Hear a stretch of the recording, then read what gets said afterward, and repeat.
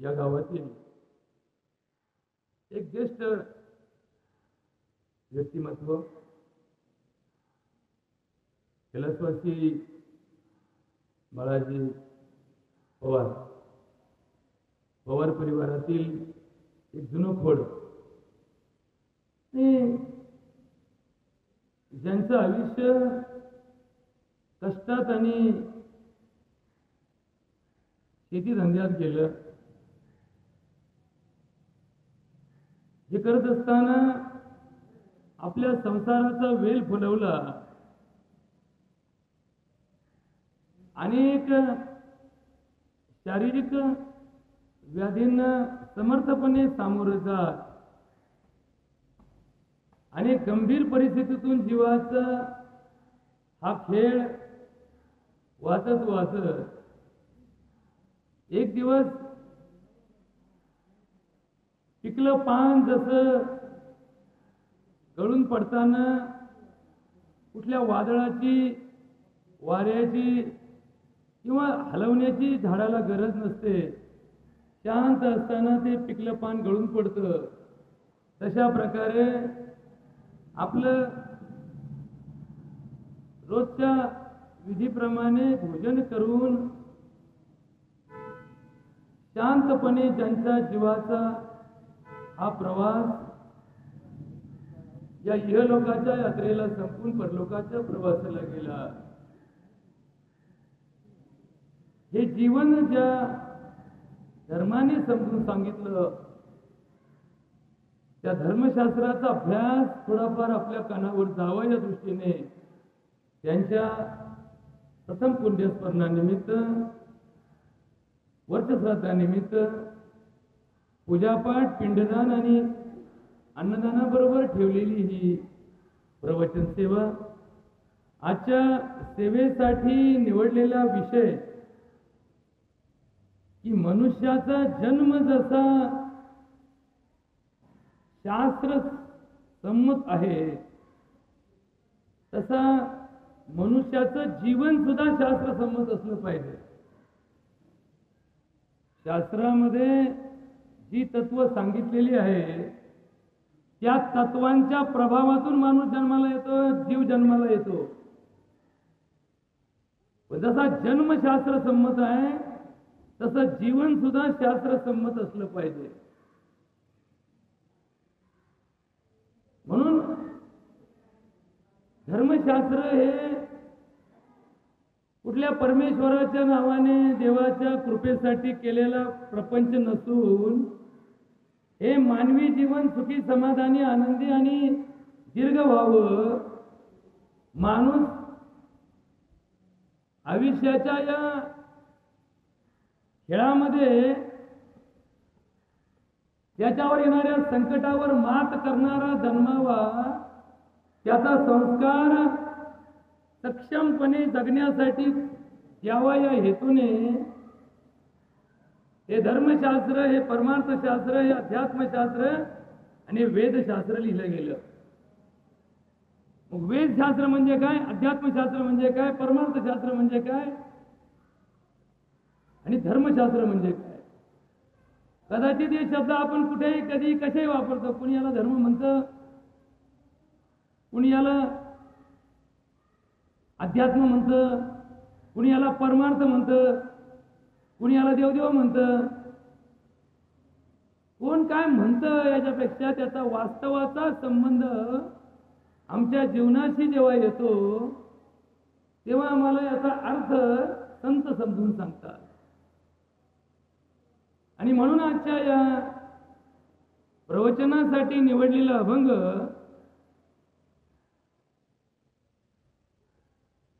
निवडलेली विचार परंपरा ज्ञानेश्वरांच्या ज्ञानेश्वरीमधील ओवी आहे. ज्या ओवीमध्ये ज्ञानेश्वर आमच्या जन्माला आलेल्या माणसाला त्याच्या जिवंत असणाऱ्या पिढ्यांचा परिणाम समजून सांगतात. आजच्या प्रवचनासाठी ती ओवी निवडण्याचा निर्णय आपण का घेतला? कारण ज्यांचा वर्षश्राद्ध आहे त्यांच्या जीवनातल्या 4 पिढ्या जिवंत आहेत.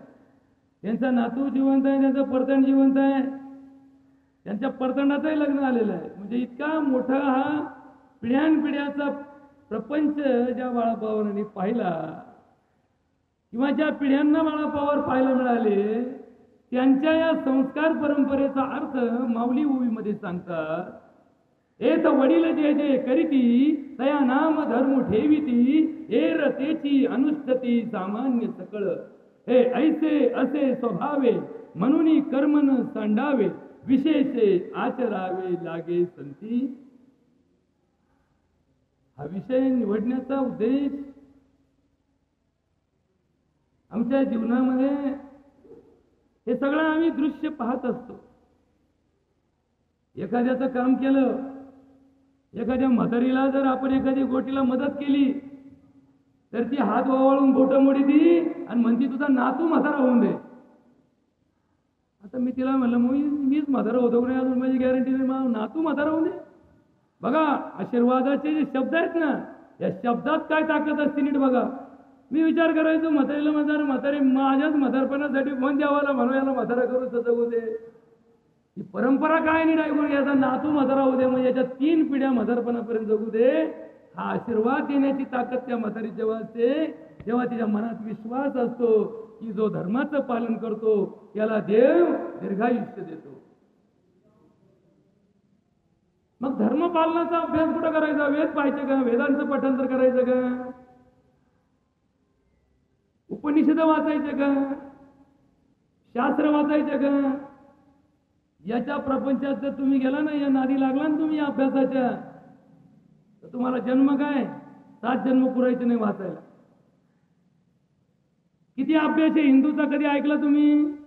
हिंदूंमध्ये 4 वेद आहेत, 4 उपवेद आहेत, 18 पुराण आहेत, 2 उपपुराण आहेत, 1180 उपनिषद आहेत, 7000 ब्राह्मण्यके पुस्तक आहेत, 9000 अरण्यके नावाचे पुस्तक आहेत, 7 महाकथा आहेत, 27 लघुकथा आहेत, 6 आस्तिक शास्त्र आहेत, 6 नास्तिक शास्त्र आहेत.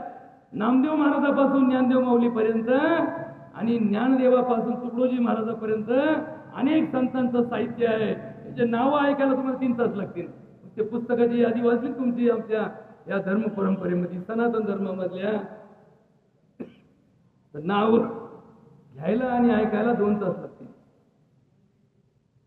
म्हणून तर तुकाराम महाराज आमच्या अभंगामध्ये सांगतात, नको ब्रह्मज्ञान आत्मस्थिती भाव, मी भक्त तू देव ऐसा करी.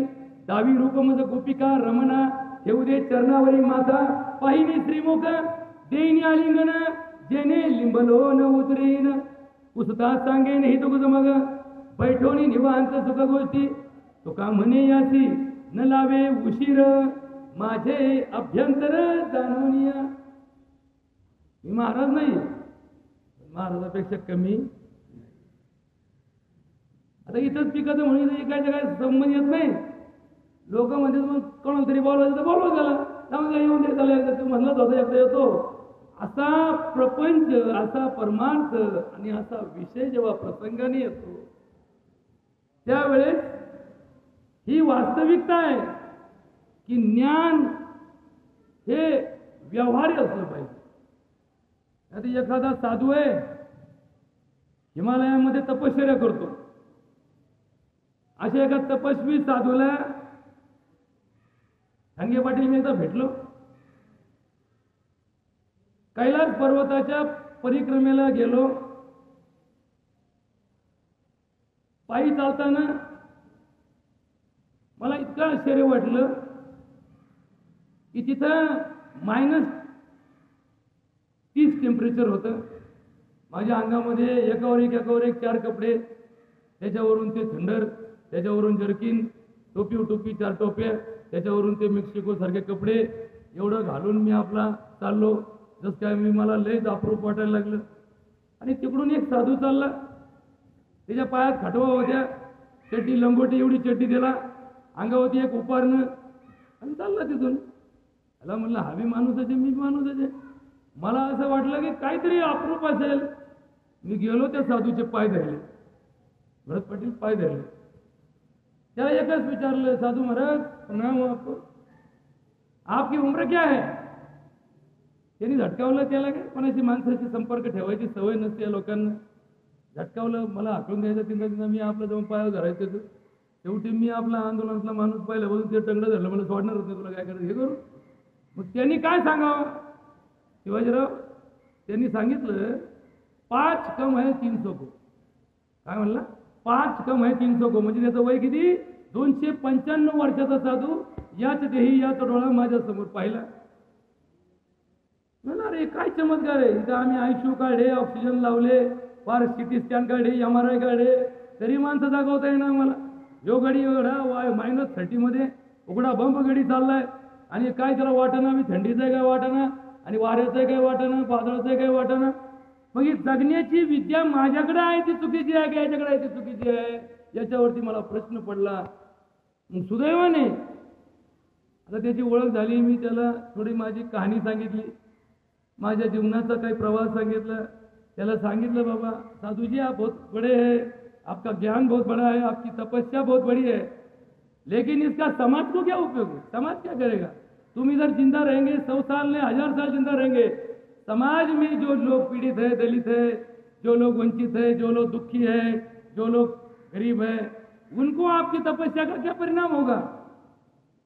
त्यालाही जरा आयुष्यात पहिलाच प्रश्न असा पडला की माझ्या जीवनाचं सार्थक मला कोणतरी विचारले. आणि मग मी त्याला आमच्या थोड्याफार तोडक्या मोडक्या ज्ञानातून 2-4 उपदेश आपले समजून सांगायचा प्रयत्न केला. याचा अर्थ असा नाही की मी त्याच्यापेक्षा हुशार होतो, पण त्याचं जीवन खूप चांगलं असेल, पण त्याचा आमच्या समाजाला काय उपयोग आहे? अशा हिमालयात लाखो साधू आहेत की जे आयुष्यभर साधना करतात, तपश्चर्या करतात. मला तर एक साधू म्हटलं कि मेरे में इतनी ताकत है कि मेरे लिंग को एक दूरी बांधो और एक ट्रक को बांधो और ट्रक को मैं खींच के चलूंगा चढ़ पे, चढाव ट्रक उडीतो म्हणला. मला इथं दोरी बांधा म्हणला, मी उडीतो. अरे म्हणलं तू चल ना तिकडे, मग आमच्याकडे ट्रक पण पडेल त्याला वळ. नाही ना मला इतरी याचे बघा, म्हणजे हा विषय आहे. आणि मग त्या साधूला विनंती केली, या कैलास पर्वताचं वैशिष्ट्य आहे की तिथं इतकी अवघड परंपरा आहे की 35 किलोमीटर -30 अंशाच्या तापमानामध्ये प्रदक्षिणा घालताना जीव राहील की नाही याचा विश्वास बसत नाही. आणि त्याच्यातही अजून एक डेंजर आहे, 3 किलोमीटरची आंतरपरिक्रमा आहे. आंतरपरिक्रमा म्हणजे कैलास पर्वताला खेटून एक प्रदक्षिणा असते. ज्या माणसाने 10 प्रदक्षिणा बाह्य पूर्ण केल्या त्याला शासन अभ्यास करून परवानगी देतं की तुला जाता येईल का नाही, कारण तिथं -50 टेम्परेचर असतं. पण आता थोडा नाद त्या साधूला मी म्हटलं तुम काय जाएंगे, तो म्हणला मुझे अंदर घूमना है, अंतर परिक्रमा जायचं. म्हटलं मी गेले को चलते क्या, आपका चेला करके आ जाऊंगा. तिथं काय आता तिथं कोणी पोलीस नाही काहीच नाही. म्हणले तू जिंदा रहेगा क्या, म्हणलं जाऊन दे, मेलो तो कायला जाऊ मरण, लोक म्हणतील स्वर्गवासी झाला, स्वर्गात जाऊन मेला तर उलट पुण्य लागेल मला ना. आणि मग त्या अंतरपरिक्रमेला गेलो, त्या साधूच्या प्रेरणेने त्याच्याबरोबर राहिलो. विश्वास बसायचा नाही तुम्हाला. त्या डोंगराच्या पश्चिमेला एक असा डोंगर आहे, त्याला नाव अष्टपाद डोंगर आहे. बरोबर, नीट ऐका हे चिंतन. तुमच्या आयुष्यात तुम्ही खूप प्रवचन ऐकले असतील, खूप कीर्तन ऐकले असतील, खूप स्तुती ऐकले असतील, खूप महाराज ऐकले असतील, खूप साधूंचं चिंतन ऐकलं असेल, पण जे माझ्या डोळ्यांनी पाहिलं, जे माझ्या चिंतनामध्ये राहिलं, ते तुम्हाला सांगण्याचा मी प्रयत्न करतो. त्या साधूच्या कृपेने मी त्या अंतरपरिक्रमेला पोहोचलो आणि त्या अष्टपाद डोंगराला गेलो. त्या साधूला विचारलं याला 8 दरवाजे कसं काय? तर त्या अष्टपाद डोंगरावरती एक गुहा आहे, गुहा. आणि त्या गुहेच्या आतमध्ये जाण्यासाठी 8 दरवाजे. दरवाजे म्हणजे असे बांधलेले नाहीत, निसर्गाने त्या गुहेला 8 दारं केलेली आहेत. आणि मग मी ज्या डोक्यात प्रकाश पडला, अरे काहीतरी वैशिष्ट्य असेल, त्याच्याशिवाय 8 संख्या येणार नाही. मग त्या साधूला विचारलं तो मुझे कुछ नहीं, ये डोंगर है, इसके अंदर गुहा है, इसके अंदर दिव्यता है, इसके अंदर स्वर्ग की रचना है. आणि मग तिथे माझा साक्षात्कार कामाला आला आणि मला चिंतनामध्ये सापडलं की त्या 8 प्रवेशद्वारामध्ये या भूतलावर राहणाऱ्या माणसाच्या 8 धर्म परंपरेचं प्रवेशद्वार आहे. हिंदू, मुस्लिम, ख्रिश्चन, बौद्ध, पारसी, यहुदी आणि शीख. या 8 धर्म परंपरेमध्ये हा मानव जातीचा प्रपंच विभागला गेला आहे. या भूतलावर एकूण 787 कोटी जनता राहते. या भूतलावर तुमच्या माझ्यासारखे माणसं किती राहतात? 787 कोटी लोक या भूतलावरती राहतात. हा आकडा बदलणार आहे, 2 येतात 2 जातात, पण हा आकडा 787 कोटीचा आहे. या 787 कोटीच्या माणसाचं विभाजन सुद्धा आपल्याला सांगता येतं. या भूतलावर 240 कोटी ख्रिश्चन राहतात. या भूतलावर 180 कोटी मुसलमान राहतात. या भूतलावर 105 कोटी हिंदू राहतात. या भूतलावरती जवळपास 190 कोटी बुद्ध राहतात. या भूतलावरती जैन यासारखे अल्प धर्म पाळणारे कोटी कोटी लोक राहतात. अशा या जगाची विभागणी आहे. परंतु या पर्वताचे जे 8 द्वार आहेत, एक द्वार हिंदूंसाठी आहे, एक मुसलमानांसाठी आहे, एक ख्रिश्चनांसाठी आहे, एक बुद्धांसाठी आहे. म्हणून तर हिंदू मेला तर त्याला स्वर्गवासी म्हणतात, बुद्ध मेला त्याला बुद्धवासी म्हणतात, ख्रिश्चन मेला त्याला ख्रिस्तवासी म्हणतात, इथे जैन मेला त्याला जैनवासी म्हणतात, स्थानकवासी म्हणतात. मग बुद्धवास कुठे आहे? कुठे फ्लॅट सिस्टीम आहे? कुठे ही ड्रीम सिटी आहे की त्या ड्रीम सिटी मध्ये लोक जाऊन राहतात? हा स्वर्गवासी माणसाचा स्वर्ग कुठे आहे? पैगंबरवासी माणसाचा पैगंबर कुठे बसतो? या बुद्धवासी माणसाचा बुद्ध कुठे बसतो? याचं चिंतन आपल्या बुद्धीमध्ये जर करायचा प्रयत्न केला तर तुमच्या लक्षात येईल की या द्वारातून याला जायला एंट्री असते आणि शेवटी मात्र एक गुहेमध्ये जाऊन पडतात. एक गुहा आहे. परत त्या साधूच्या आश्रयाने मी त्या गुहेत जाण्याचा प्रयत्न केला. तो म्हणला मुझे कुछ मालूम नहीं, आप जाएंगे तो देखो तुम्हारा. ती गुहा किती लांब आहे, किती रुंद आहे, किती रुंद आहे, किती अपेक्षा त्या गुहेत जसं पाऊल टाकलं आतमध्ये दिव्य प्रकाश. माझे डोळे दिसले, मला काही दिसलंच नाही. मी आपलं बाहेर आलो म्हणून नको आपल्याला हे आपली ऐकायची नाही, हे आपण कधी वाचलं नाही, कधी ऐकलं नाही. पण फक्त एवढं वाचलं की या स्वर्गाची निर्मिती मात्र जी केलेली आहे ती रचना या परोक्ष जीवनानंतर सांगितलेली आहे. ती या मानव जातीच्या कल्याणासाठी सांगितलेली आहे. नत्वहम कामये राज्यम न स्वर्गम न पुनर्भवम कामये सर्व तत्तानाम प्राणीनाम अर्थिनाशनम. तैत्तरीय उपनिषद नावाचं एक उपनिषद आहे. या उपनिषदामध्ये मानव जातीला कल्याणासाठी जगण्याचा मार्ग सांगताना उपनिषदकार सांगतात की मी परमार्थ करतो, मी देवदेव करतो, मी लोकांची सेवा करतो, मी लोकांचं काय जे काय तुमच्याकडून घडेल त्या प्रकारचे लोकांची व्यवस्था करतो. ही कशासाठी करतोय सांगताना त्या उपनिषदकार सांगतात नत्वहम कामये राज्यम. मला राज्य उपभोगण्याची इच्छा नाही, मला राज्य मिळावं म्हणून मी सेवेमध्ये आहे असं नाही. न स्वर्गम, मेल्यानंतर मला स्वर्ग मिळावा म्हणून मी लोकांना अन्नदान करतो, पाणी वाटतो, लोकांना सेवा करतो, मी पायी चालतो, मी पादचारी आहे, मी पंढरीची वारी करतो, स्वर्ग मिळावा म्हणून नाही. न मोक्षम, मला मोक्ष मिळाला पाहिजे, मला परमार्थ संपला की माझं जीवन संपलं की मला देवाने माझ्या चरणापाशी जागा द्यावी म्हणून मी हा सगळा प्रपंच अट्टहास करत. न पुनर्भवम, न पुनर्भवम, पुन्हा जन्माला यावं, चांगला जन्म मिळावा, चांगला मान मिळावा, चांगला ज्ञान मिळावं, चांगलं पद मिळावं म्हणून मला या जन्मात आदबायचं नाही. मग आदबायचं कशासाठी? या जन्मात आपण करतो कशासाठी? शेतकरी शेती का करतो? मास्तर का शिकवतो? डॉक्टर का पेशंट तपासतो? दुकानदार गिरायकाला का सामान देतो? वायरमन लाईटची दुरुस्ती करून लोकांच्या घरात प्रकाश का पाडतो? कामये सर्व तप्ताना प्राणीना अर्थिनाशा. या जन्माला आल्यानंतर जेव्हा तुम्हाला ज्ञान मिळालं, जेव्हा ज्ञान प्राप्त झालं, जेव्हा तुमचं वय समजण्यासारखं झालं, तुम्हाला समज आली, तेव्हापासून या जीवनाचा प्रवास कशासाठी ठेवा? कामये सर्व तप्ताना. या जगात ज्यांना त्रास आहे, आता त्रास हा शब्द फार मोठा आहे.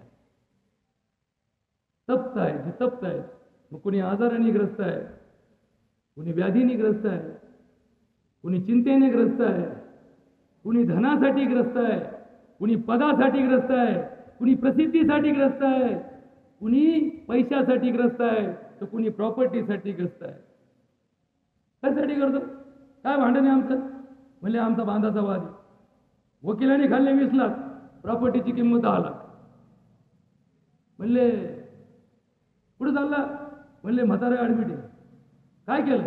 आयसीयूत ठेवलं म्हणले 5 लाख बिल झाले, अजून डॉक्टर म्हणतो पैसे लागतील. काय होणार आहे? डॉक्टर म्हणतो म्हातारं वाचायचं नाही. कशाला करतो लोक नावं ठेवतील. अरे डॉक्टर म्हणतो म्हातारं वाचायचं नाही, त्याचं सगळं संपलेलं आहे. पण फक्त लोक नावं ठेवतील म्हणून अजून 5 लाख घालून बसला. म्हणले ते गाण ठेवलं वावर म्हाताऱ्याला खर्च केला. काय होणार आहे? म्हातारं मरणार आहे. कधी मरणार आहे? 10 लाख गेल्यावर मरणार आहे. पुढे काय करणार आहे? 2 लाख घालून दावा घालणार आहे, 1 लाख घालून वर श्रद्धा घालणार आहे. मग त्याच्याऐवजी म्हातारं घरी आणलं असतं. डॉक्टर म्हणतो ना या वयात याला उपचार नाहीये, तर आपण याच्या प्रपंचामध्ये याला घरात ठेवला तर 2 दिवस सुखाची भाकर खाईन, 2 लेकी बाळीमध्ये 2 दिवस जास्त जगणार आहे. बघा नीट ऐकून घ्या. डॉक्टर शास्त्र हे अपूर्ण शास्त्र आहे. ज्या शास्त्राचा मी MD आहे, ज्या शास्त्राचा मी सुवर्ण पदक विजेता आहे, माहित नसतं आपल्याला, कदाचित काही गोष्टी माहित नसतात. 1994 साली या देशामध्ये जेव्हा MDची परीक्षा घेतली गेली तेव्हा पुणे विद्यापीठाचा गोल्ड मेडल मिळवलेला मी डॉक्टर. हे का सांगितलं तुम्हाला? मला काही इथे जाहिरात करायची माझी? इथं जाहिरातीची गरज नाही. तिथे बसलेत हे आमचेच ते सगळे आहेत. या बाळा पवाराचं उदाहरण तुम्हाला सांगतो ना, साधं सोपं उदाहरण आहे. याचा अर्थ असा नाही की मी हुशार आहे, याचा अर्थ असा आहे की माझ्यामध्ये असलेल्या ज्ञानाच्या अनुभवाची शिदोरी मी त्याच्यासाठीच वापरतो की जे माझ्यावरती विश्वास ठेवून माझ्याकडे येतात. मला याचं घेणं नाहीये की ते किती श्रीमंत आहेत, किती गरीब आहेत, त्यांच्या खिशात काय आहे की नाहीये, ते मला देतील की नाहीये. फक्त माझ्याकडे जो ज्ञान आणि अनुभव आहे त्याचा जास्तीत जास्त वापर करून आंबोल्या समोरच्याचं दुःख निवारणाची जी माझ्याकडे परंपरा आहे त्याच्यावरती माझा विश्वास आहे. बाळापावरचं गुरुजी सांगतो तुम्हाला, तुमच्या म्हातारीवाणी गममध्ये एक दिवस त्याला घाबरट आली, दम लागला, आणलं सर आले. आता आले, दम छाटत नव्हता, नाडीची गती वाढली, ECG काढला, शिरा बंद पडल्याचं लक्षण दिसलं. मी म्हणलं बाबा, त्यांच्या नातवाला म्हणलं याला मोठ्या दवाखान्यात घेऊन जाऊ. तेव्हा म्हणलं एखादी सुई तर मारा. आता डिरिंग करून सुई मारली, तेव्हा याला ती जाऊ सर करून नको जायचं म्हणे, सुई मारली ती गेलं म्हणतात. आजकाल असं कावळा बसायला फांदी मोडायला, आमच्याकडे रोज कावळ्यातून रोज फांदी असतात, तिथं डचकोतो भाऊ, काही असू दे पण फांदीत कावळा सांगत नको बाबा. आणि मग इंजेक्शन दिलं, गेला नगरच्या मोठ्या दवाखान्यामध्ये पाठवलं. 2 पोरं गेले, संघ तपासणी केली. डॉक्टरनी मला 5 मिनिटात फोन केला. डॉक्टर म्हणले या माणसाच्या 3 शिरा हृदयाच्या बंद आहेत. हृदयाला एकूण 3 शिरा असतात. म्हणून तर पहिले लोक म्हणायचे पहिला अटॅक आला, दुसरा आला, आता तिसरा आला की जाणार आहे. 3 शिरामध्ये या माणसाची 6 घंट्याच्या आत बायपास सर्जरी करावं लागेल, तर हा माणूस जगल, नाही तर जगणार नाही.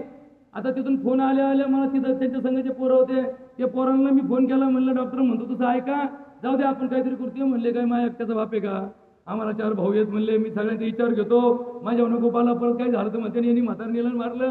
बघा बरं का, म्हणजे माणसाला जगण्यासाठी या कलियुगामध्ये विश्वासाची कमतरता कशी भासते. एका डॉक्टरला सुद्धा एखादा इलाज करताना विश्वासाची कमतरता भासते, एखाद्या पुढाऱ्याला सुद्धा एखादा विकास करताना विश्वासाची कमतरता भासते, एखाद्या दुकानदाराला सुद्धा गिऱ्हाईक देताना विश्वासाची कमतरता भासते, एका मास्तरला शिकवताना सुद्धा विश्वासाची कमतरता भासते. विश्वास कमी होत चालला, त्याच्यामुळे तुम्ही किती आजबार शेवटी पाणी कुठं जाणार आहे? खडकावरच पाणी पडणार आहे. पालत्या गड्यावर पाणी का पडत चाललं? विश्वासाचा अभाव आहे. तू कोणाचीच नव्हती. त्या डॉक्टरला म्हणलं ऍडमिट करून घ्या, मी बोलतो सगळ्यांची, माझ्या घरातलं पावे, त्याच्या पैशाची चिंता करू नका, मी देईन तुम्हाला, कोणी मेल नाही दिलं तर. मग दुसऱ्या दिवशी ठरलं सकाळी करायचं. घरचे लोक सगळे म्हणले डॉक्टर तुमच्या भरोसा करू, आपण करून टाकू. बघा याच माणसाची कथा सांगतो गुरुजी तुम्हाला, म्हणजे तुमच्या लक्षात येईल. रात्री 2 वाजता म्हातारं लगवेला उठलं आयशीतून. लगवेला उठलं, जे निघालं बाहेर ते जागेवर नाक्यावाला त्याचं सुदैव कसं बघा, त्याला एक लगेच दुधाची गाडी भेटली, पेपरवाली गाडी भेटली, तिथून उतरलं, तर खणगावला उतरलं तसं खाटा येऊन झोपलं. आता मला 5:05ला उठायची सवय नेहमीची. मी उठलो, रात्री मुडके मोजले, मला 12 होते आणि 13 कुठं आलं म्हणलं. पाहिलं तर बाळा पावरती देऊन झोपलेला. आईला म्हणलं भाऊ बघा डोक्यात तास झाला, याची जर बायपास नाही केली आणि गेलं तर आपल्या डोक्याला सीन होईल. म्हणलं बाळा भाऊ उठा उठा उठा उठा. म्हणले सुन्या तुला एक सांगू का? म्हणले तू काल मला सुई मारली तेव्हापासून माझा दमच गेला. म्हणले एक काम कर, म्हणले आता जाऊन दे, ते बायपास बघू, नंतर बघू, तू मला तशा 2 सोया मारितो का? बघ बरं का, विश्वास नीट लक्षात ठेवा कसं असतं. 2 सोया मार, मी घरी जातो, आंघोळ करून मग जातो तिकडे. म्हणले आता म्हणलं एखादा धार्मिक माणूस आहे, गण लावणारा माणूस आहे, बुक्का लावणारा माणूस आहे, आंघोळीला कमीत कमी नाही घरी पाठवलं तर उद्या काय झालं तर मला आयुष्यभर रुख राहील व की ह्या माणसाला आपण त्या दिवशी आंघोळीला नाही पाठवलं. इच्छा कावळा शिवताना आपण म्हणतो ना तंबाखू ठेवा, कुणी म्हणतं दारूची बाटली ठेवा, कुणी म्हणतं की गांजा आणून ठेवा. त्याच्या इच्छा पूर्ण होण्यासाठी माणसाला प्रयत्न करावे लागतात. म्हणलं जाऊ द्या बा, 2 सोया मारल्या, त्यांनी आपल्या विचारांनी खिशातून 100 काढून दिले. तर त्याच्यानंतर 18 वर्ष, ही गोष्ट कधीची 2000ची, त्यावेळेस परदेशामध्ये साहेब चालले होते. साहेबांचा दिल्ली मुंबईच्या विमानतळावर मला मी फोन केला. अहो म्हणलं साहेब असा पेशंट आहे आणि असा प्रॉब्लेम आहे. ते म्हणले आता मी तर चाललो परदेशात, पण आता तुम्ही ठरवा म्हणले, तुमच्यावर त्यांचा भरोसा जास्त आहे. म्हणलं अहो माझ्यावरही भरोसा असला तरी त्यांना थोडं समजून सांगायचा प्रयत्न करू. ते म्हणले तुम्ही सांगा, मी बोलतो, आता मी इकडे आहे. आणि त्याच्यानंतर सलग 18 वर्ष त्या माणसाची परत बायपास झाली नाही, त्या माणसाचं परत झालं नाही. दम लागला की बाळा भाऊ नातूला घेऊन यायचा, रस्त्यावर उभा राहायचा, कोणला घेऊन यायचा, लांबून आपल्या सुन्या, आपल्या सुया, त्या सुयांनी का घेऊन येतो मला अजून कळलं नाही. ते 100 रुपये द्यायचा, मी 4 गोळ्या द्यायचो, 2 सुया मारायचो. 18 वर्ष तो माणूस त्याच्यावर जगला, फक्त विश्वासाने जगला. आणि शेवटी ज्या दिवशी त्याचा हा मृत्यूचा दिवस होता, त्या दिवशी त्याचं दुखलंही नाही, त्याला काही तकलीफ नाही. आणि मी आश्चर्य वाटायचो, ज्या दवाखान्यात त्याला ऍडमिट केलं होतं त्या पाठक हॉस्पिटलला, त्या अभिजितला मी 2दा म्हटलं, अरे बाळा तू मला म्हणतो एवढं सगळं, तुला दाखवतो म्हणलं, आमचा बाळा भाऊ आऊ दाखवतोय म्हणलं, आऊ दाखवतो म्हणलं तिथं चल. अहो ते कसं काय शक्य आहे? तुम्हाला धर्मशास्त्राचा अभ्यास सांगतो, धर्मशास्त्राचा अभ्यास सांगतो. आपण मानव जातीने नदी पात्र जी होती, या वावर काढण्याच्या नादात नदी पात्र संपून टाकली, वडे नाले बंद करून टाकले. याचा बांध इकडे, याचा बांध इकडे, डायरेक्ट असे 1 फुटाचा बांध ठेवला, मग नदी गायब केली. तुम्हाला वाटतं का तुम्ही गायब केलेली नदी गायब होत असते? नाही. ज्या दिवशी ढगफुटी होते ना, त्या दिवशी या नदीला आपोआप पात्र मिळतं आणि ती आपोआप करते, कुठलं जलसंधारण काम करण्याची गरज नाही. आपोआप पडतं आणि आपोआप. लोक म्हणले पाणी व्हायला लागलं, पाणी तर आमच्या गावात राहिलंच नाही. म्हणले पाऊस झाला 4 इंच, पाणी राहिलं फक्त 400 लिटर. का बरं? कुठे गेलं पाणी? या जगाचा निसर्गाचा नियम आहे. निसर्ग प्रत्येकाला जगण्यासाठी जन्माला घालतो. प्रत्येक माणूस कुठल्याही प्रक्रियेमध्ये, कुठल्याही आजारामध्ये त्याच्या स्वतःच्या प्रतिकार शक्तीचा 100% वापर करत असतो. परंतु याच्यावर आपला विश्वास नाही, म्हणून आपण डॉक्टर लोक मोठे करायचं ठरवलं. लक्षात ठेवा, ज्या माणसाच्या हृदयाच्या मुख्य 3 शिरा बंद पडतात, त्या माणसाच्या छोट्या शिरा आपोआप फुगायला लागतात. आणि त्याची जागा, जशी एखाद्या रस्त्याचं काम चालू असताना आपण डायव्हर्शन काढून देतो, मुख्य रस्ता असतो, जसं आपल्या सिन्हा नदीला पूर आला. आता ह्यो जर पहिला पूल असता तर नसता आला, पण खालून पूल काढला. जसं डायव्हर्शन काढून देतो, तसं या देहामध्ये सुद्धा डायव्हर्शन काढून देण्याचे लाखो मार्ग आहेत. हा देह 6 अंगाने निर्माण झाला, याला 56 प्रत्यंग आहेत. या देहामध्ये 56 असे अवयव आहेत की ज्या अवयवाचा नाश झाला तर उरलेले 55 बिनकामाचे होतात. जसे वर्षामध्ये आपण 27 नक्षत्र असतात. जेव्हा किती असतात? 27 नक्षत्राचं वर्ष असतं. एकाने गणित विचारलं शाळेमध्ये, 27 वजा 9 किती उरले? आता गुणाकार भागाकार करायला गेलं तर 27तून 9 गेले, 18 उरले, असं उत्तर असतं. पण आमच्या धर्मशास्त्रामध्ये असं लिहिलंय, 27 वजा 9 बरोबर 0. 27 वजा 9 बरोबर 0. लोक म्हणजे असं कसं गणित आहे?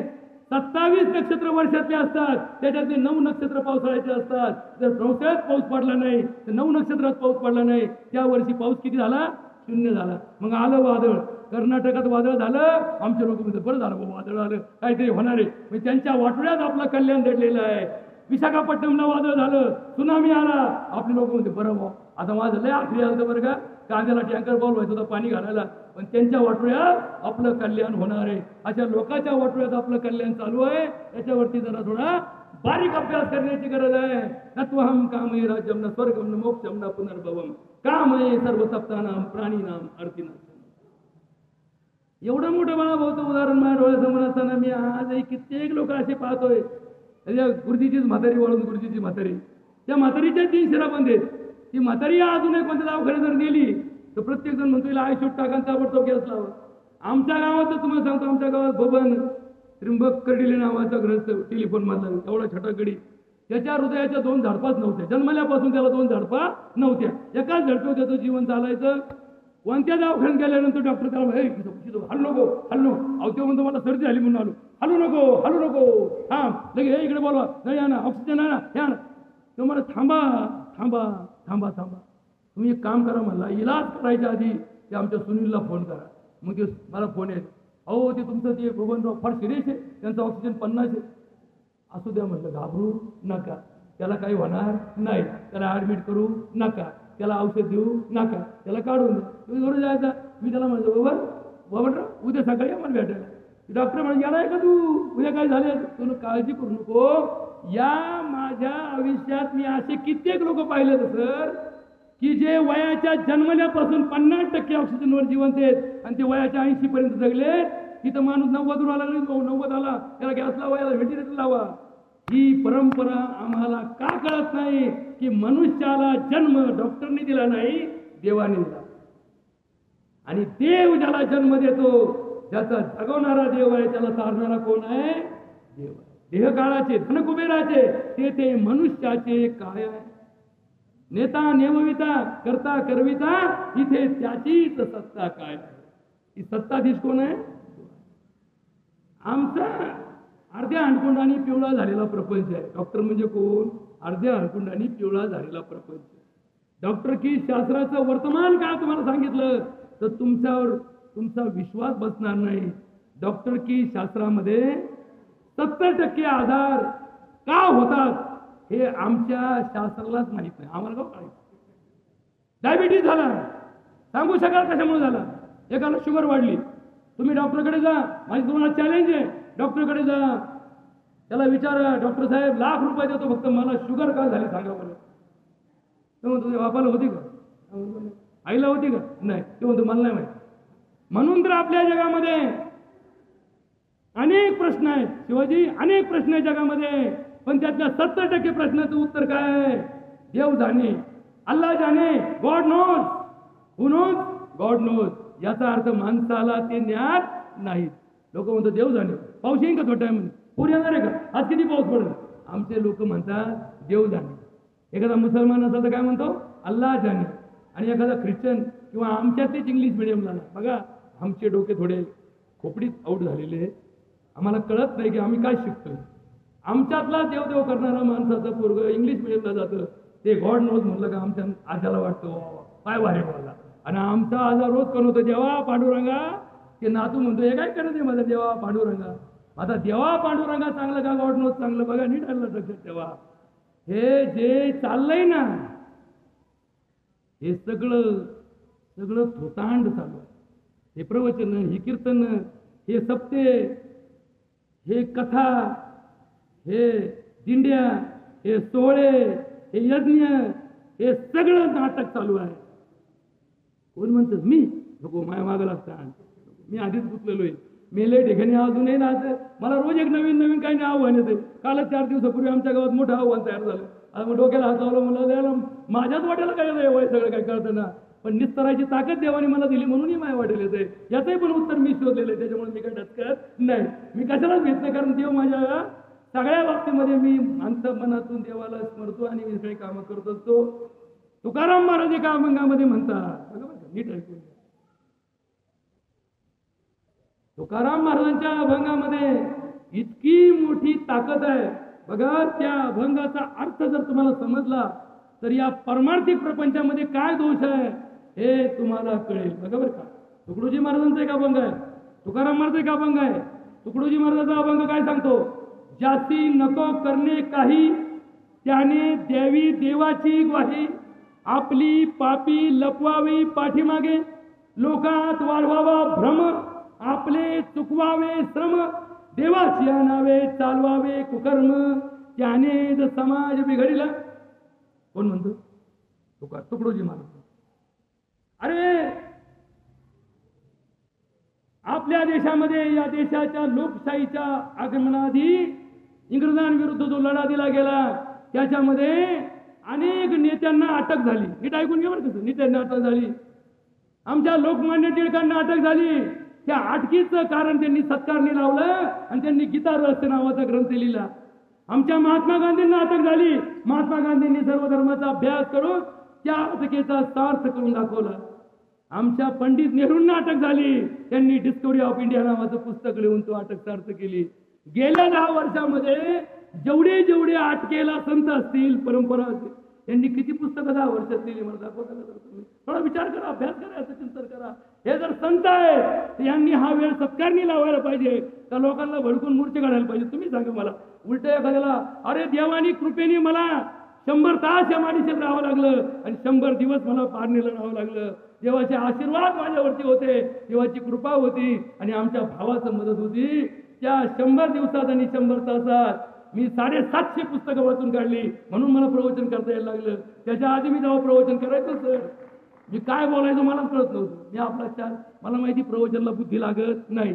1 तास लोकांना चुत्या बनवायला काय लागेल? 4 अभंग पाठ असले, 4 ओव्या पाठ असल्या, 4 श्लोक पाठ असले आणि 4 चुता बनवायचे वाक्य समजले तर त्या माणसाचं प्रवचन उठत आपोआप उठत. त्याच्यामध्ये शास्त्र लागत नाही, त्याच्यामध्ये तत्व लागत नाही, त्याच्यामध्ये विषय मांडणी लागत नाही, विषय जोडणी लागत नाही. पण त्या 100 दिवसात आणि 100 तासात मी शिकलो या जगातलं अद्भुत ज्ञान जे होतं ग्रंथ परंपरेमधलं, ते वाचण्याचा, ते अभ्यास करण्याचा आणि एकाग्र बुद्धीने नाही तर मलाही याला सवड नाही, तुम्हाला तर माहिती सगळं. पण देवाला सवड नव्हती मला, म्हणून देवानी सवड काढायसाठी माझ्यावरती ती प्रपंचची ती प्रसंगाची रूपाने आणला. जसं मग रामाला वनवास झाला तो काय वाईट झाला का? रामाला वनवास झाला नसता, कोण राम हे जगाला कळला नसता. म्हणून ज्याच्यात राम आहे त्याला असे दिवस पाहायला वाईट वाटायचं काहीच कारण नाही. आणि म्हणून हे झालं तुकडोजी महाराजांचा अभंग. तुकाराम महाराज सांगतात, कथा करून या दावी प्रेम कळा, अंतरी जिव्हाळा कुकर्माचा. दर्भ खोवी कानी तुळशी खोवी कानी, दर्भ खोवी शेंडी, लटकी धरी मुंडी नाशिकाचे. तिळे टोपी माळा देवाचे गवाळे, बघा कशाचे गवाळे? देवाचे गवाळे. वागवी आगळे पोटासाठी. हे कशासाठी? पोटासाठी, प्रतिष्ठेसाठी. काही लोक माळ घालतात का? प्रतिष्ठेसाठी. काही लोक चंदन लावतात का? आपल्याला लोकांनी सज्जन समजावं म्हणून. काही लोक बुक्का लावतात का? आपल्याला लोकांनी परमार्थिक समजावं म्हणून. बरोबर का? नीट ऐकून घ्या. म्हणून तर हा सगळा प्रपंच उलटा चाललाय. तिळे टोपी माळा देवाचे गबाळे, वागवी आगळे पोटासाठी. त्याच्या पुढे इकडच्या माणसांकडे, इथून पुढे इकडचं पलीकडच्या माणसांकडे. गोसाव्याच्या रूपे हेरी परणारी, त्याचे अंतरी काम लोभ.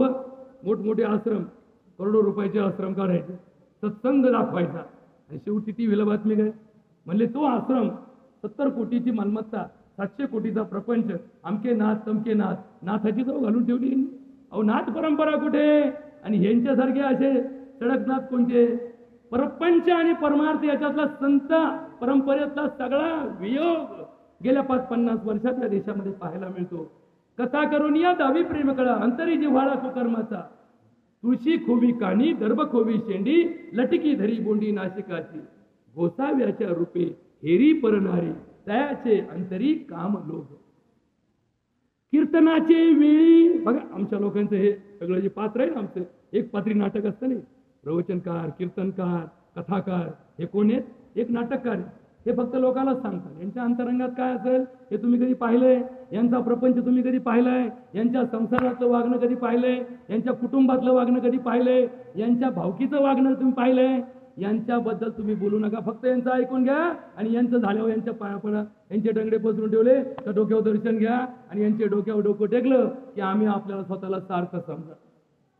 कीर्तनाचे वेळी रडे पडे लोळे. 10 लाख रुपये घ्यायचे, 2 लाख रुपये घ्यायचे, 5 लाख रुपये सुपारी घ्यायचे. म्हणले लोक रडे पाहिजे ना, लोक रडेशिवाय पैसे वसूल होत. असे रडवायचे लोक. सीतामाई गेली वनवासाला, सीतामाई गेली, सीतामाईच्या पायात चप्पल नाहीये, उन्हाचा तडाखा आहे, खालून काटे राहतात. ही बाया म्हणजे आवड हाल तिचे झाले. माल कोणाला भेटणार आहे? आम्हाला भेटणार आहे. कीर्तनाचे वेळी रडे पडे लोळे, प्रेमी विना डोळे गळताती. प्रेमी विना डोळे गळताती. तुका म्हणे ऐसे मायेचे मैंद. नीट ऐकत लोक, हे कोणी सगळे? मायेचे मैंद. आता याचा अर्थ खाजगीत भेटा, तुम्हाला सविस्तर सांगेल, वेळ कमी आहे. एक तर उशिरा चालू झालं, एक तर ते पुढे पाण्याला पूर आला, बामण लवकर आला नाही, पूजा उशिरा झाली. मी यांना म्हणलं दोन्ही कामं मी करून दिले असते, तुम्ही काय करायचं? यदा पूजा केली असते, तिकडे कार्यक्रम सगळं केला होतं, काय टाचकायचं कारण नाही. त्याच्यामुळे घाबरायचं काय कारण नव्हतं. मला नाही म्हणलं देवा उशिरा आले. म्हणलं देवा उशिरा आले, पण देव तर उशिरा येत नाही ना, देव तर टायमाला येतो ना. म्हणलं लग्न 11:30 पत्रिकेत छापतो. मुंबादेवीच्या आशीर्वादाने, मल्हारी मालतंडाच्या कृपेने माझ्या लेकीचं लग्न 11 वाजून 42 मिनिटांनी, 40 लिहित नाही, 45 लिहित नाही, 42 मिनिटांनी लग्न आहे. आणि यांच्या आशीर्वादाने तुमच्या सगळ्याच्या उपस्थितीमध्ये आपण राहावं आणि माझ्या लेकीला आशीर्वाद द्यावे. आता 11:42 पत्रिका कुठे ठेवतो? पहिली पत्रिका ठेवतो मारुतीला, दुसरी ठेवतो रामाला, तिसरी ठेवतो मुंबादेवीला, चौथी ठेवतो गणपतीला, पाचवी ठेवतो इकडं. मग सगळे झाले का मग पत्रिका वाटितो. भावकीला पत्रिका वाटीत नाही, नाव नाही टाकलं तरी पत्रिका वाटीत नाही. आणि मग 11:42 ज्यांना पत्रिका पोहोचल्या, सगळ्यात पहिली कोणाला पोहोचली? मारुतीला पोहोचली. सगळ्यानंतर पहिली गणपतीला पोहोचली, त्याच्यानंतर मुंबादेवीला पोहोचली. हे सगळे जण मांडवात आले. तुम्हाला दिसत नाही? ज्याला दिसतं त्याला कळतं. ते मांडवात आले कशासाठी? तुझ्या लेकीला आशीर्वाद देण्यासाठी आली, संसाराचा गाडा यशस्वी करण्यासाठी हे सगळे आले. पाहिजे तिथं पुत्र नाही, आशीर्वाद तरी कोणाला द्यायचे म्हणले. पुरीचा बाप म्हणले तो त्याचा स्वयंपाकाच्या घरात गेलाय म्हणले, तिकडे लक्ष देतोय. पोराचा बाप म्हणतो आपलं तर आपल्या हात बाजून उभा राहायचं म्हणतो, तो तिकडे परण्या पाहतोय. पोरगा कुठे गेला तर म्हणले बँड लावला, त्याचे नातेवाईक नाचतात, ते सगळे तिकडे नाचतात. पुरी कुठे गेली तर म्हणले 2 घंटे बाकी असल्यामुळे पोरगी म्हणले मेकअपचा शेवटचा हात फक्त 1 तास आधी मारायचा असतो, म्हणून तिने पाहिला अंदाज परण्या 2 तास येत नाही. ती ब्युटी पार्लरवाल्या ताब्यात गेली. म्हणजे आता रंग ड्युटी चालू आहे तिची. आता रंग देऊन कोणाचं आयुष्य सुधारणार आहे का वाढणार आहे? लावली ना हळद, हळदीचं आयुष्य वाढतं ना. मग हळद लावली, रंगोटी संपली ना, विषय संपला. सगळ्या नवऱ्या कशा दिसायला पाहिजे? पिवळ्या दिसायला पाहिजे. बरोबर का पिवळ्या दिसल्या पाहिजे? कारण हळद लावणं हा शास्त्रीय उपक्रम आहे, त्याच्यावर बोलायला वेळ नाही. आणि हळद कोणाची लगेच आता ते सोडून विषय. 11:42 देव हजर, तुमचा नवरदेव हजर नाही, नवरी हजर नाही. टाइम निघून गेला, हे देव निघून गेले. त्यांना काही वेळ आहे का? सवड आहे त्यांना असे लाखो लग्न लाखो आशीर्वाद द्यायचे असतात. ते निघून गेले. मग हे सगळं वरात आली, सगळी वरात आली. सगळे लोक म्हणले 3 वाजले, आता ते स्वयंपाकघर झाला, लवकर उरका लवकर उरका लवकर उरका. थांबा थांबा, पाटील सर उभा राहा, इकडे या, ही यादी घ्या, यादीप्रमाणे चलून द्या. म्हणून त्या म्हणलं तर पाटील सरला काय घेणे बा, विचारा आपलं काय टपाल्या गडी भाऊ सांगितलं तसं ऐकायचं. चाललं यादी वाटली, केला उभा. म्हणले याचा आशीर्वाद ठेवा. आशीर्वादाला उभा राहिला. तिथं सरपंच बसले होते. मी त्यांना विचारलं, ओ म्हणलं उत्तमराव कोण आहे पाहुणे? अहो तो लांबचा आहे. म्हणजे याचा संसार काय झालं? त्याचं नका विचारू. म्हणजे पहिली बायको सोडून गेली, दुसरी करून आणली, तिथून याचा पटाणा म्हणले, आता तिसरीचाच नादी लागलाय. आणि हा आशीर्वाद यांचा कल्याण हो, यांचा संसार सुखाचा हो. अरे तुझंच संसाराचं बघ, तुझंच नीट चाला ना. लोकांना कुठं धुणं धुवून बसला? आपला धुणं धुता ना लोकांचा आशीर्वाद येतो. आशीर्वाद देण्याचा अधिकार फक्त आणि फक्त भगवंताचा आहे. भगवंत सोडून दुसऱ्याला कोणाला आशीर्वादचा अधिकार नाही. आपण गैरसमज करतो ना, आपण स्वतःला आशीर्वादाच्या लायकीचे समजतो. हा सगळ्यात मोठा गैरसमज झालेला आहे. आणि इथूनच आपलं सुरू झालं. मग इकडून तिकडून मंगल चालू करायचे. तर लोक म्हणतात अहो देवाचे नाव घ्या ना, देवाचे नाव सत्य श्रीकडे नाय गंगाजा गंगाजा घ्या ना, गंगा सिंधू सरस्वती घ्या ना. नाही म्हणले थांबा, एक बाई ओढ, थांबा थांबा, मॅली होऊन आणले. त्या बायाने गाव गायलं नाही, गाव बोलले याच्या पुरीचा संसार हो सुखाचा, सासू ग सासू लय वारी ग. आता ही सासू नंतर हिला सासूरवाद करणारी सगळं माहितीये. तरी गाणं काय? सासूचं गाणं, सासऱ्याचं गाणं.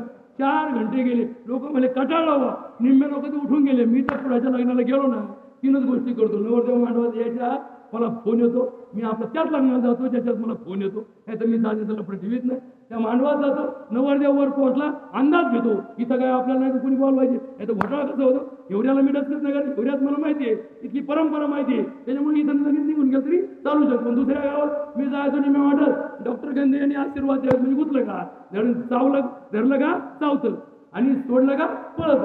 त्याच्यामुळे अंदाज घेतो. मग बामण म्हणलं अक्षरा पोहोचलं का, हळूच जातो, पोटीच्या खोलीत जातो, 2-4 घास खातो. पहिल्या मंगलला दवाखान्यात 2-4 टूचून जातो. तिकडे चलून म्हणजे लग्नाला होता मी होते बरं का, तुम्ही होते. आता मी कशाला होतो कशाला नव्हतो त्याच्यापेक्षा मी होतो. तसं मतदानला नाही का, गावात राहायचं नाही.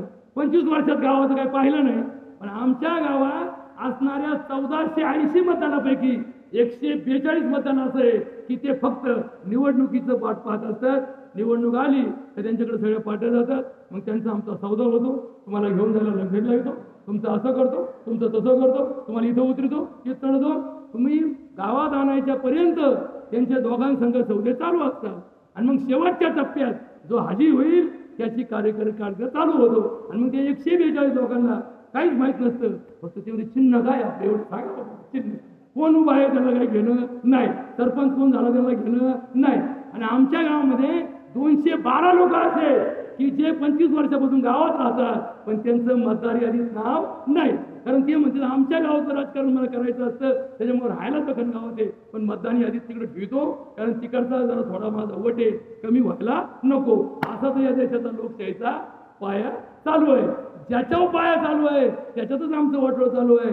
अरे जे गाणं थोडं जास्त बोलत नाही, 2च वाक्य सांगतो. 12 वाजून 2 मिनिटं झाले, अजून 5 मिनिटं घेतो. मला नाही काम आहे जे चिकनगुन्ह्यानी डेंगू तापानी गुचिड तापानी इतका जाम केलाय, पण मी डसकत नाही, कारण हे सगळे रोग मला एकदा होऊन गेलेले आहेत. ज्याला एकदा रोग जाते त्याला परत होत नाही. त्याच्यामुळे मी करोनाचाही घाबरलो नाही, कारण त्या 100 दिवसात तिकडे होतो, तिकडे मला करोना होऊन गेला होता. त्याच्यामुळे मला माहिती होतं माझं काही करोना वाकडं करू शकत नाही. मी आता ओपन मध्ये 30,000 असणाऱ्या सेंटरमध्ये मी 24 तास 6 महिने 7 दिवस 24 तास राहिलो. हे रेकॉर्ड का करू शकलो? फक्त मला तिथं करोना झाला म्हणून. एकदा एकाला करोना झाला की डबल होत नाही, एकदा एकाला चिकनगुन्हा झाला की डबल होत नाही. पण ती एकच चिकनगुन्हा एवढं वाटोळ करून ठेवतो का मरूच तर त्याला उठता येत नाही. याच्यावर जरा बारीक अभ्यास करा. एखाद्या दिवशी तुमच्या म्हणजे तुमच्या तंत्रज्ञान बघा बघायचं नाही माहिती हो, हे बळत म्हणतो आमच्याकडे येतं.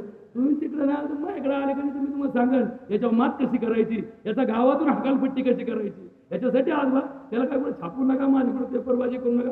मी आपल्याला नाही तर मला येणार डॉक्टर की सोडून याच काम होते. आता मला ज्यादा लोक गुतावत्या आणि माझे पेशंट मी ना करणं हाकणं पडते. कशाला मरते? पैशाला मरते. शेवटी ते जावं मारायचं मरणारचे. पण याला जर झोपला एखादा 5-25 लाखाला झोपवला एखाद्याने तर त्याला परत 4 पिढ्या उजारा होणार नाही.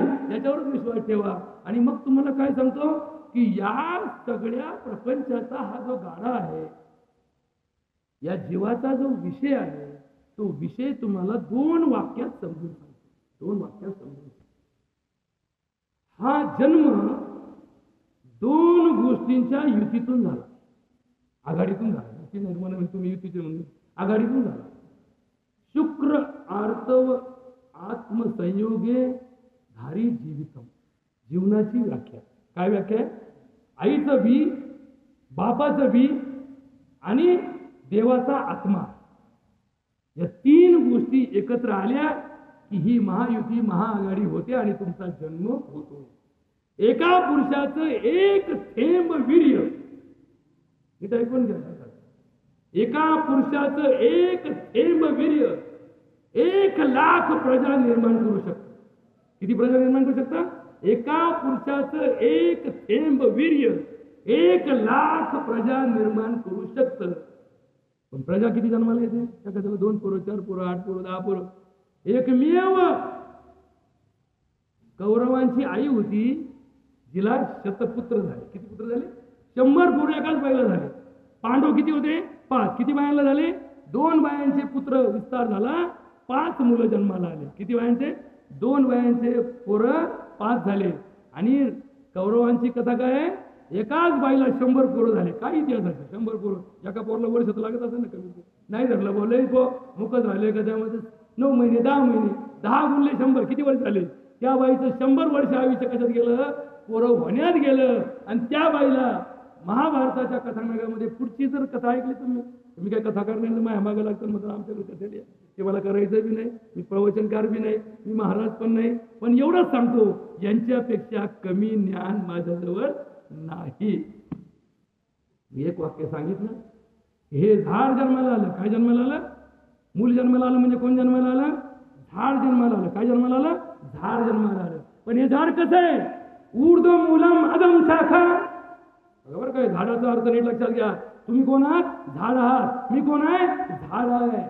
ऊर्ध्व मूलम अधम शाखा तत् जीवी धारितम. आता नीट बारीक ऐका बरं कसं. आता बारीक ऐका. जर ऐकलं तर तुमच्या आयुष्याचं कल्याण होईल. तुमच्या कल्याणातच माझ्या प्रवचनाचं सार्थक आहे. इथं काय मला 2 तास गेले, 2 तासात मी तिकडे किती झापले तुम्हाला माहिती चांगला घडला. तिथं घेऊन देऊन काय देणार आहे? हे म्हणतात तुमचं पेशंट होतं, जाऊ द्या. काय द्यायचं तुम्हाला? याच्यासाठी नाही महाराज. काय द्यायचं? ते जे काय देता तुम्ही ते पुढे जातं माहिती का? जे काही गेल्या 1.5 वर्षापासून मला मिळतं ते आमच्या गावाला घालतो. कुणी 5,000 दिले तर 5,000चा एखादा सोलर लॅम्प आणतो. कुणी 2,000 दिले एखादं बाकडं आणतो. कोणाला म्हणत नाही. भरतराव कोणाला म्हणणार परत म्हणतात डॉक्टर तिकडे एक सुपारी घ्या, त्यातले 2 याला द्या, 2 त्याला द्या. त्याच्यातही लोक कार्यक्रम लावतो. म्हणजे कष्ट मी करायचे आणि परत म्हणतात ते 5 आले कुठे गेले? म्हणजे काच कायचे आले, प्रवचनचे आले. प्रवचन कोणी केलं, मी केलं. ग्रामसभेत काम झालं, अहो त्या पाचचा हिशोब द्या, म्हणजे बरी गंमत आली. काही कोणी सांगितले, जाम झालो मी या प्रक्रियेमध्ये. 100, 300 आणि 87 दिवसाचा कालावधी जेव्हा माझा पूर्ण झाला, तोपर्यंत माझ्या विरोधात 222 अर्ज ग्रामपंचायत दाखल होते. कोणाचंही काय झालं, सरांचं बाळासाहेब झालं अर्जवर, सरांचे बाळासाहेबांचे वाद झालेले आहेत, तरी सरपंचावर कारवाई करावी. बस अर्ज सगळ्यात शेवटचं वाक्य, पहिल्या लाटांवर सगळं लिहायचं, शेवटी एक वाक्य मात्र प्रत्येक 222 अर्जाचं कॉमन, सरपंचावर कायदेशीर कारवाई करावी. म्हणलं काय करता, मला 8 टक्के टाकून आलं, तिथं जाऊन आलो मी. तिथं आपली भरपूर ओळखी, जरी गेलो तर काय होणार नाही. तिथं आपण ऑलरेडी तिथं आपली जागा सुरक्षित आहे म्हणलं, त्या तिकडे नाही म्हणले. म्हणलं मग पदावून काढायचं का, काढून टाका म्हणलं. त्याच नेमका वचार झाला, हे लोकनियुक्त मध्ये आलं. 2.5 वर्ष याच्यावर तू करता येत नाही. 2.5 वर्ष मला मी म्हणलो तरी मला राजीनामा देता येत नाही. आईला अजून कुठून बसलो. म्हणलं 6 महिन्याच्या पुढे बाजून टाकावं, 6 महिने दाखवून द्यावा काय करायचे, आणि पुढे मोकळा करून टाकावं. ते बी करता येणं. म्हणजे देव कसा गुचितो माणसाला बघा. देवाचं करणी सत्ता कोणाची आहे, देवाची सत्ता आहे. आणि मग काय सांगितलं, ऊर्ध्व शाखा ऊर्ध्व मूलम अदम शाखा. आपण झाड आहोत, पण आपलं उरफाट झाड आहे. झाडाचं मूळ कुठं असतं, खाली असतं, आणि शेंडा कुठं असतो, वरती असतो. शाखा म्हणजे हातपाय कुठं असतात, त्या झाडाचे वरती असतात. आपण उरफाट आहे, आपलं मूळ कुठे आहे, ऊर्ध्व आहे, वरती मूळ आहे, त्याला मूळ म्हणतात. सहस्राधार चक्र इथं असतं, आणि शाखा कुठे आहे, जमिनीवरती पाय. आपण उरफाट आहे, आपण जमिनीकडे पाय, आणि डोक्यात आपला मेंदू, आपलं मूळ वरती आहे. हे झालं धर्मशास्त्राचं चिंतन. आणि मग या शरीरामध्ये 3 गोष्टींचा प्रभाव 7 परिणाम दाखवतो. आता तुम्ही खोल गेले, इतकं खोल नाही जात, नंतर बघू. आता जाऊन द्या.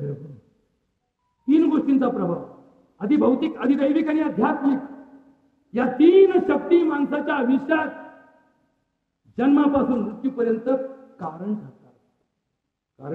कशा, अधिभौतिक, आध्यात्मिक आणि अधिदैविक. या तिघांच्या कृपेने माणसाचं जीवन चालतं. या तिघांपैकी एकाने जरी पाठिंबा काढून घेतला तर आपल्या जीवनाचं सरकार कोसळतं. हे कोसळणारा संसार या 3 कारणाने चालतो. या 3 कारणाचा अभ्यास केला तर तुम्हाला कळेल, या 3 कारणाचा प्रभाव कमी करण्यासाठी आणि या 3 कारणाचा आशीर्वाद मिळवण्यासाठी या धर्मशास्त्रामध्ये हा सगळा प्रपंच चालला. यज्ञ केला, नवचंडी यज्ञ केला, शतचंडी यज्ञ केला, रुद्र केलं, महारुद्र केलं. कशासाठी केलं, काय कळलं तुम्हाला? बघा, भगवद्गीतेमध्ये एका ठिकाणी एका श्लोकामध्ये सांगितलं, अन्नात भवती भूतानी पर्जन्यात अन्न संभवा, यज्ञात भवती पर्जन्य यज्ञ कर्म समुद्भव. भगवद्गीतेचा एक श्लोक आहे. अर्थ नीट ऐका बरं का सर, अर्थ नीट ऐका. तर तुमच्या गावातला विषय हा जगाच्या पाठीवरचा विषय मान्य केलेला असतो. तुम्ही काही म्हटले ना, म्हणजे तुम्ही म्हणलं का इकडे पूर्व दिशा सरकली, जगात लगेच अमेरिकेत बातमी, वेळे बाजारकरांचं संशोधन आहे, पूर्व दिशा 1 अंशाने सरकली. का? कारण तुमचा शब्द काय सांगितला जातो, प्रमाण मानला जातो. काय मानला जातो, प्रमाण मानला जातो. तर या जगामध्ये भगवद्गीता सांगते की जिथं अन्न आहे तिथं जीव जन्माला येतो. तुम्ही गटारीत डास का होतात, गटार आहे म्हणून होतात. तुम्ही गटार चालू करा, डास चालू होणार आहे. बघा, तुम्हाला सांगतो मी, तुमचं घर बांधा, तुमच्या घरात किड्या मुंगी येणार आहेत. बघा, कलश पूजा केली जाते. कलश पूजेचं निमंत्रण फक्त तो पाहुणे रावळ्याला देत नाही. कुणी म्हणतो आम्ही घरात राहायला गेलो, आम्हाला वास्तुशांती घालायची होती, पण हेच काम अपूर्ण राहिलं, म्हणून कलश पूजा केली जाते. त्या कलश पूजेच्या ठिकाणी खडी साखरेचा, गुळाचा, खबऱ्याचा नैवेद्य ठेवला जातो. तुमचं हे पत्र, तुमची माहिती फार तर फार काही माणसांना, काही नातेवाईकांना दिली जाते. पण मुंग्यांना कोण सांगतं तुमची साखर ती ठेवली म्हणून? ते घर नवीन बांधलं की नाही, त्या घरापासून मुंगीचं अंतर किती असतं माहिती तुम्हाला? किमान त्या बंगल्यापासून 100 मीटरवरती मुंगी जन्माला येत असेल. पण ती मुंगी दुसऱ्या दिवशी बामणाची उत्तर पूजा व्हायच्या आधी तिथं पोचलेली असते, आणि तिथं मुंग्या जमा झालेल्या असतात. म्हणून बामण उत्तर पूजेला 24 घंट्याच्या आत येतो, कारण मटेरियल खराब नको व्हायला. मला तुम्ही ते बामणाचे डाव तुम्हाला कळायचे नाही. ते बामणी डाव, त्याला आपण काय म्हणतो, बामणी डाव. ते बामणी डाव खतरनाक असं तुम्हाला सांगतो. 24 घंट्याच्या आत उत्तर पूजा करा. कारण कसं आहे, हे सगळं चित्र तुम्हाला शास्त्र म्हणून एखाद्या दिवशी सांगतात. बारीक बारीक अभ्यास, इतका बारीक अभ्यास आहे की बोलणारे, वागणारे, करणारे, पाहणारे, दाखवणारे याचा अभ्यास कसा करायचा, समोरच्याचा चेहऱ्याचा अभ्यास कसा करायचा, समोरच्याच्या मनात काय आहे कसं ओळखायचं, याची इतक्या तंत्रयुक्ती आणि इतके परीक्षण आमच्या पुस्तकात निर्णय सागर ग्रंथ जर कधी वाचला, 3800 पानांचं पुस्तक आहे, वाचन पहा, तुम्हाला सांगतो मी, निर्णय सागर. त्याच्यामध्ये इतके निर्णायक भूमिका दाखवलेल्या आहेत, पण आपण काही वाचत नाही, आम्हाला 12 घडी नीट येत नाही, पाढे नीट पाठ नाही, आम्हाला काही कळलं ना, फक्त आमच्या जगात चाललंय काही कळलं ना, मग देव करा. कोण म्हणतं? तुकाराम महाराज, नको ब्रह्मज्ञान आत्मस्थिती भाव, मी भक्त तू देव ऐसा करी. हे तर नीट करतो का? तुकाराम महाराज म्हणतात, मी भक्त तू देव, म्हणजे या जगात देव कुठे आहे? मी सोडून सगळे देव आहेत असं कुणी म्हणायचं? असं प्रत्येकाने म्हणायचं. पण मी असा भक्त निघालो की मी भक्त म्हणता म्हणता म्हणता मला अजून देव का म्हणत नाही हो? मी देवाच्या पाया पडता पडता माझ्या पाया का पडला कुणी अजून? मग मी वाट का पाहतो, मला कोणतरी देव म्हणावा, माझ्या कोणतरी पाया पडावा आणि मला देव माणूस म्हणावा, याचा मनामध्ये सुप्त, तशी ती नागिन असते ना, तशी ती नागिन नाग यांच्याप्रमाणे आमच्या काही सुप्त इच्छा व्यक्त करत नाही आणि आम्ही प्रत्येकाकडनं अपेक्षा ठेवतो. कर्मण्येवाधिकार असते मा फलेषु कदाचन मा कर्मफल हेतुभी माते संग असतु अकर्माणी. आम्ही या चिंतनाचा अभ्यास करत नाही. आमच्या डोक्यात आमचे विषय असतात आणि विषय धरून आमचा प्रपंच चालू असतो. ज्याचा प्रपंच विषय धरून चालला त्याचं वाटोळं झाल्याशिवाय राहत नाही.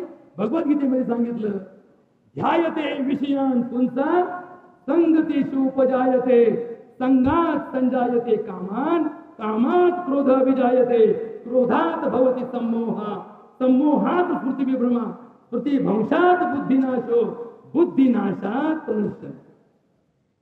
म्हणून तुम्हाला एकच वाक्य सांगतो, ते सगळं उघडून ठेवलंय, म्हणजे 4 एकर पिरून ठेवायचं, रास्त नाही, फक्त एका एकर घालायचं. असं कुठं करू नका.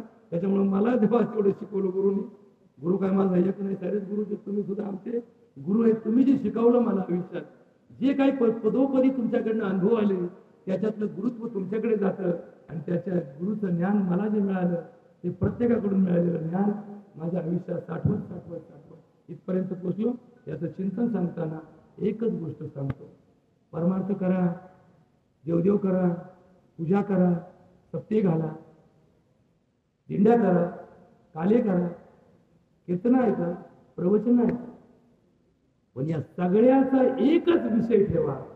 विषय तो त्यांचा झाला नारायण. बरोबर का? ज्याचा विषय नारायण झाला, न कळे न आवडे जन धन माता पिता आई बाप सुद्धा शून्य त्याच्यामध्ये. आई कोण? आई आई आहे, बाप बाप आहे. विषय नारायण, ज्याचा विषय नारायण झाला ना, त्या विषयाला जगात कुणीही हरवू शकत नाही. नमो हरिहंतानम नमो सिद्धानम नमो आर्यानम नमो वोधायनम नमो लोये सव सामनम एतो पंच नमोकार सव पाव पणासन मंगलानाम च सवेसी पठन हवई मंगलम.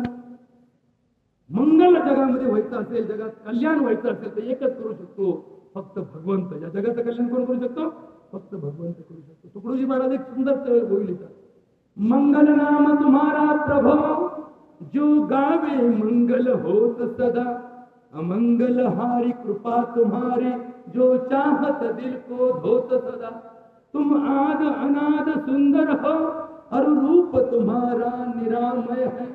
टुकड़िया कहे जो भजता तुमको नित पावत सुंदर निरामय हो. असा बाळाजी पवार की ज्याने वयाची 100 गाठली आणि मरताना एक यातना सुद्धा झाली नाही. जेवण झाल्यानंतर तृप्त असा ढेकर दिला आणि ढेकरातच त्याचा जीव दिला. इतकं सुंदर मरण यायचं असेल तर एकच करा.